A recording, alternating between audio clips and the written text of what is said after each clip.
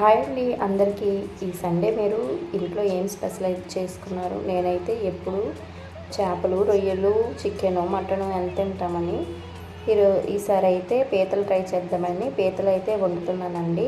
ఫస్ట్గా అయితే కడాయిలో ఆయిల్ వేసి కట్ చేసిన ఆనియన్స్, పచ్చిమిర్చి వేసిన తర్వాత కొంచెం అల్లం వెల్లుల్లి పేస్ట్ వేసి ఇదంతా కొద్దిగా ఫ్రై అయిన తర్వాత గ్రైండ్ చేసుకున్న టమాటోస్ వేసుకొని అందులో ఉప్పు, కారం, పసుపు, కొద్దిగా మసాలా అయితే వేసుకొని కరివేపాకు అయితే వేసుకొని ఇది కొంచెం మగ్గనిచ్చిన తర్వాత ఇందులోకైతే కడిగి పెట్టుకున్న పీతలు అయితే వేసుకుని ఒక 5 మినిట్స్ అయితే మూత అయితే పెట్టేవాళ్ళండి.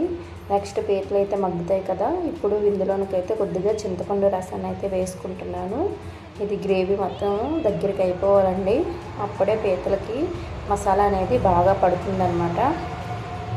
ఎంతో ఈజీగా చాలా టేస్టీగా అయితే రెడీ అయిపోయింది.